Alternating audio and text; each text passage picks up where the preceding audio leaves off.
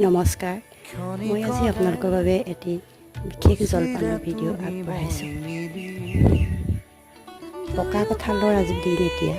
এই কঁঠালৰ দিনত আপোনালোকলৈ মই পিঠাগুড়ি আৰু কঁঠাল কেনেদৰে খায় তাকে দেখাব বিচাৰিছোঁ